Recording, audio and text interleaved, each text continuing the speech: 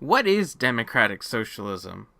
Or, democratic socialism isn't what Bernie says it is. It's really much simpler.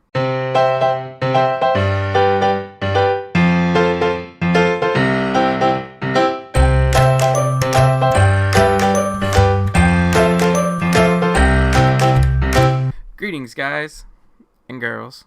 Saint here. As you may or may not know, I have a degree in political science, and I wanted to drop some information on you guys. When it comes to looking at political ideologies within political science, there are really 4 areas that we need to work in and we need to look at to help define how that ideology sees the world. They go explanation, evaluation, orientation, and then program. I'll explain. Explanation is how do we account for our current social conditions. Evaluation is after having made that accounting, how much of the explanation caused by what. And I'll give an example in a bit. Orientation is where does the individual, that would be you or me or whoever, fall within that situation. And finally, the program is what are you going to do about it. Each political ideology has a different explanation, evaluation, orientation, and program for it. And that's what makes things different. And that's why we may all have the same goal. A friend of mine is more on the left side. I'm more on the right side. We decided that we can't really talk about politics a lot but we can still be friends because we have the same goals. We want to help people. We want to see people lifted out of poverty. We want to see people be able to express themselves freely. However, we have completely opposite ways of going about it. He believes that in order to do that, we have to have governmental oversight into certain things. He believes that we can do that by creating a very large and broad safety net. Whereas I don't necessarily believe that. I believe the safety net can be smaller, and that'll force people to grow and to maybe go out of their comfort zone. Let's do a real example of this using the Black Lives Matter movement. First, they would see an issue, and that issue is that police officers are shooting black men. So how would they explain that? They would posit the theory that it's probably because of racism. So then they go to evaluate their theory. And their theory is, okay, so it's probably caused by racism. So is this a systemic racism? Is this just in the police force in general? Is it an economic one? Could there be class one? Are women treated differently? Could it be gender? And they go to explain that. Once they explain that, then the individuals have to look at their orientation. Where am I in this whole mix? And this orientation is going to put what I can do. So if I realize that I'm a college student, I can be a foot soldier. I can be someone who's going out and making things happen as best as I can see to raise awareness. If I'm a celebrity, I can't really go out there and be doing that, but I'm going to use my celebrity to be able to draw attention to issues. So it could be wearing an armband. It could be wearing a headband. Who knows? It could also be going out there and coming out of the football tunnel and with your hands up, hands up, don't shoot.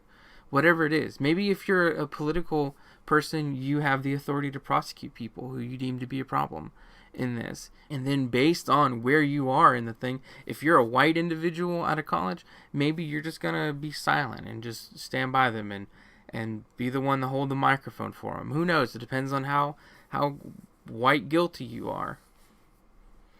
And then finally, your program. And that's where you're going to actually put the stuff into practice. Seeing where you are in relation to the problem is going to determine what you do.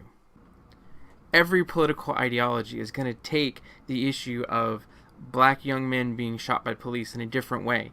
If you're a Marxist, it's going to be more class-based than anything else. If you're a feminist, you're going to be looking at it from the gender issue. Oh, it's the patriarchy that's just killing males and all that kind of stuff. If you're a communitarian liberal, you're going to look at the cultural degradation.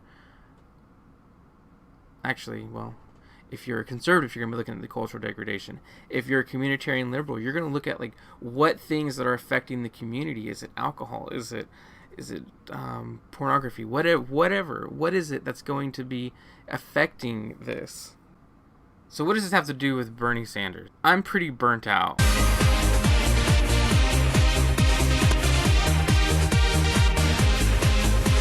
When it comes to democratic socialism and the Sanders evangelicals, there seems to be a lot of confusion. From what I've seen, Bernie Sanders try to explain democratic socialism. He doesn't actually ever really... And I've heard explanations like, well, democratic socialism is actually capitalism. Where... What? No. No, it's not. No. Bad. But let's watch a couple examples where Bernie Sanders defines it, and that should help us understand more of where the confusion's coming from. You call yourself a democratic socialist. How can any kind of socialist win a general election in the United States? Well, we're going to win because first we're going to explain what democratic socialism is.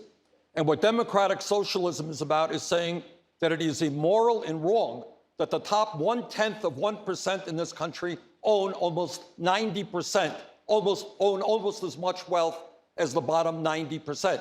That it is wrong today in a rigged economy that 57% of all new income is going to the top 1%.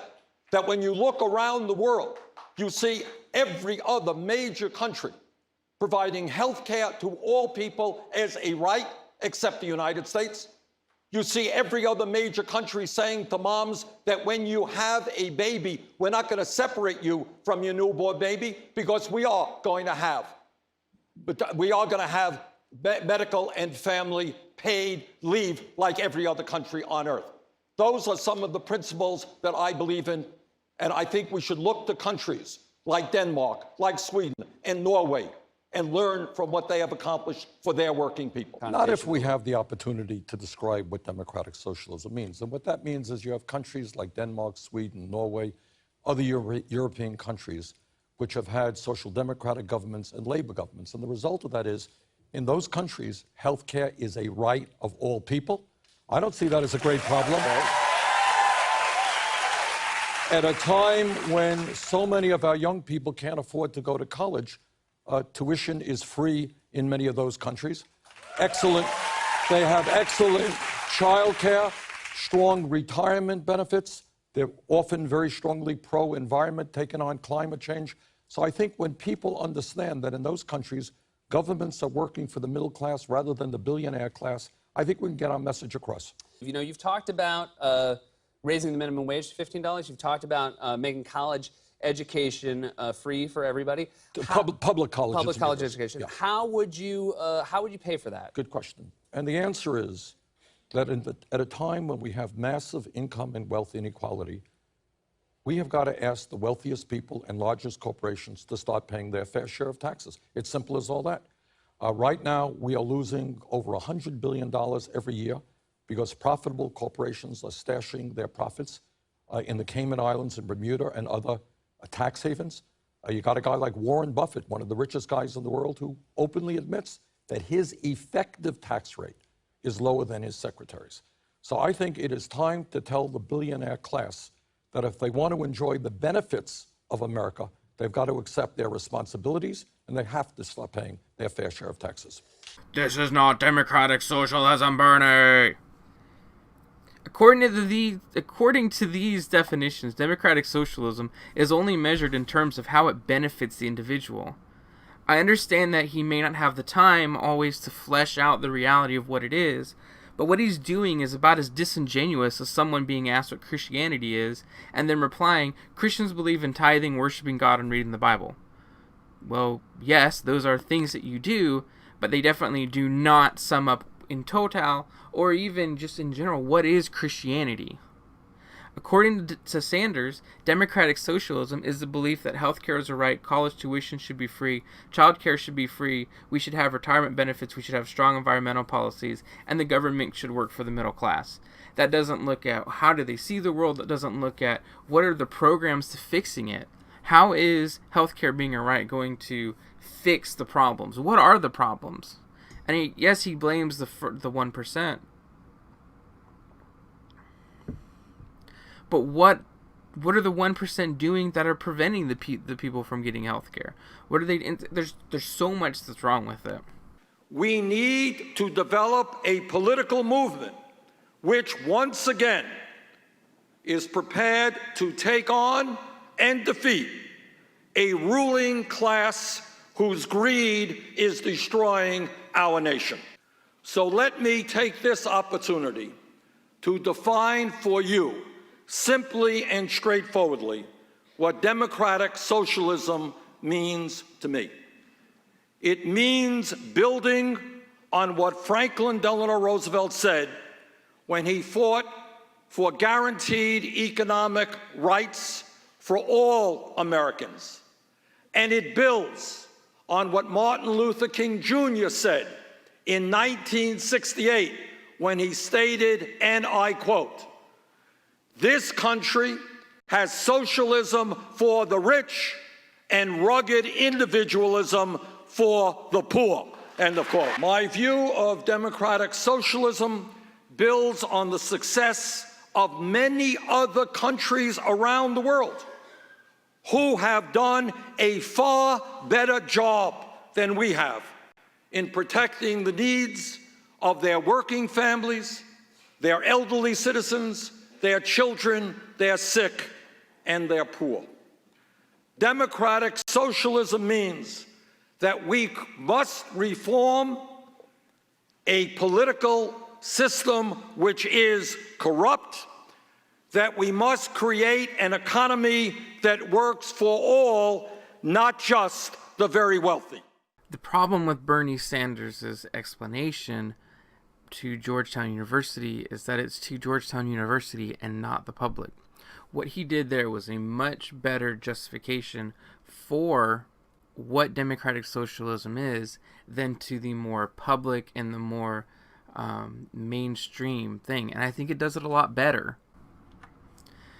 I much prefer this response from the Ball and Dagger text that I've cited before. On page 173, it's taken straight from it. True socialism requires government of, by, and for the people. It aims to give everyone an equal voice in the decision that affects his or her life, in direct and important ways. But this can only happen, socialists say, if no one person or class controls most of the wealth and resources, and thus most of the power within a society. Wealth and resources must be shared evenly and owned and controlled for the benefit of the whole society if true democracy is ever to take place. Otherwise, they insist, we shall have nothing but government of the wealthy, by the wealthy, and for the wealthy. Imagine, if you will, that every political ideology has an agent and a goal, and between these two is an obstacle.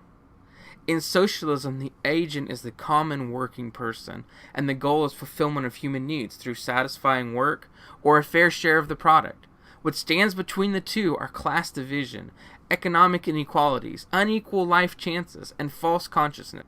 That's a summary of page 118 from the Ball and Dagger book. However, these false consciousness could be the idea, in our previous example using police brutality towards blacks, that police officers are there to protect and to serve, and that when we follow the law we won't have any issues. Now, on the opposite side, the false consciousness could be the fact that the police people are out to get the blacks, and therefore they're going to act more suspect. This, one could argue based on our previous discussion, may cause someone to be put in a situation where they can be exploited or affected due to systemic racism. Well, that's about it. Democratic socialism is not, as one meme I saw said, is merely capitalism that helps people. It's the belief that everyone should have an equal voice when it comes to decisions that affect their life, but only if not one particular class controls all the wealth and power. We have to share wealth and resources to make sure that everyone can have a say and everyone has a chance to be able to prosper. There you go. And that took me a lot less time than all those quotes from Bernie Sanders. It makes sense. And then you can go on there and say, and we do this by doing X, Y, and Z. Now, if that's what you want to believe, that's fine. And I truly believe that Sanders believes that. I also truly believe he's sincerely wrong about it. However, let me quote Paul and show you a more excellent way in the next video. Thanks for watching. If you've got any comments, if you've got any questions, let me know. You can post them on there. I want to do a shout out to the Fundamental Escape podcast. While I don't know that I necessarily agree with everything, he's very kind, and on my video that kind of replied to them and everything. And so there are links in the bottom. Check them out. I hope that something I said in here gave you pause to think, maybe explain something you didn't know before, or banished your ignorance in some awesome way.